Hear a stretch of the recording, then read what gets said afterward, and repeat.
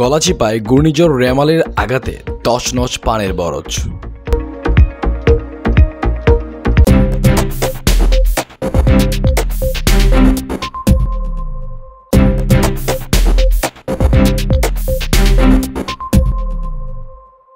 পটুয়াখালী গলাচিপা উপজেলায় ঘূর্ণিঝড় রেমালের তাণ্ডবে পানের বরজের ব্যাপক ক্ষয়ক্ষতি হয়েছে। গত ২৬ মে সন্ধ্যা থেকে শুরু করে ২৭ মে সন্ধ্যা পর্যন্ত এক নাগাড়ে ঘূর্ণিঝড় রেমাল তাণ্ডব চালিয়েছে।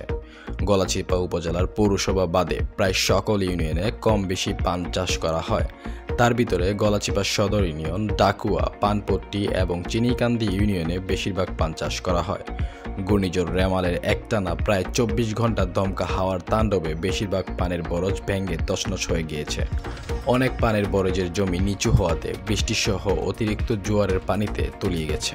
বিভিন্ন এনজিও এবং মহাজনদের থেকে চড়া সুদে টাকা নিয়ে অনেকেই পানের বরজ করেন।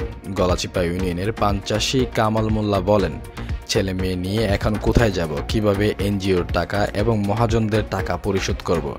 একইভাবে হতাশায় ভুগছেন আলম মোল্লা, নিজাম মিল, ফজলু, নিজাম মোল্লা, টিটু মিয়া, আমসার মিয়া সহ আরও অনেকেই।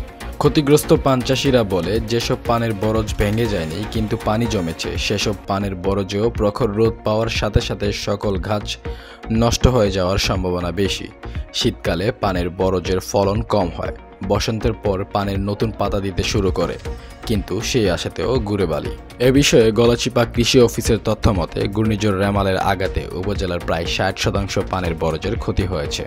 ক্ষতিগ্রস্ত পান চাষিদের দাবি যেন বিভিন্ন দাতা সংস্থা এবং সরকারি সুযোগ সুবিধা দিয়ে আমাদেরকে সহযোগিতা করে, অন্যথায় আমাদের পথে বসতে হবে। দৈনিক আজকের বাংলাদেশ, ডেস্ক রিপোর্ট।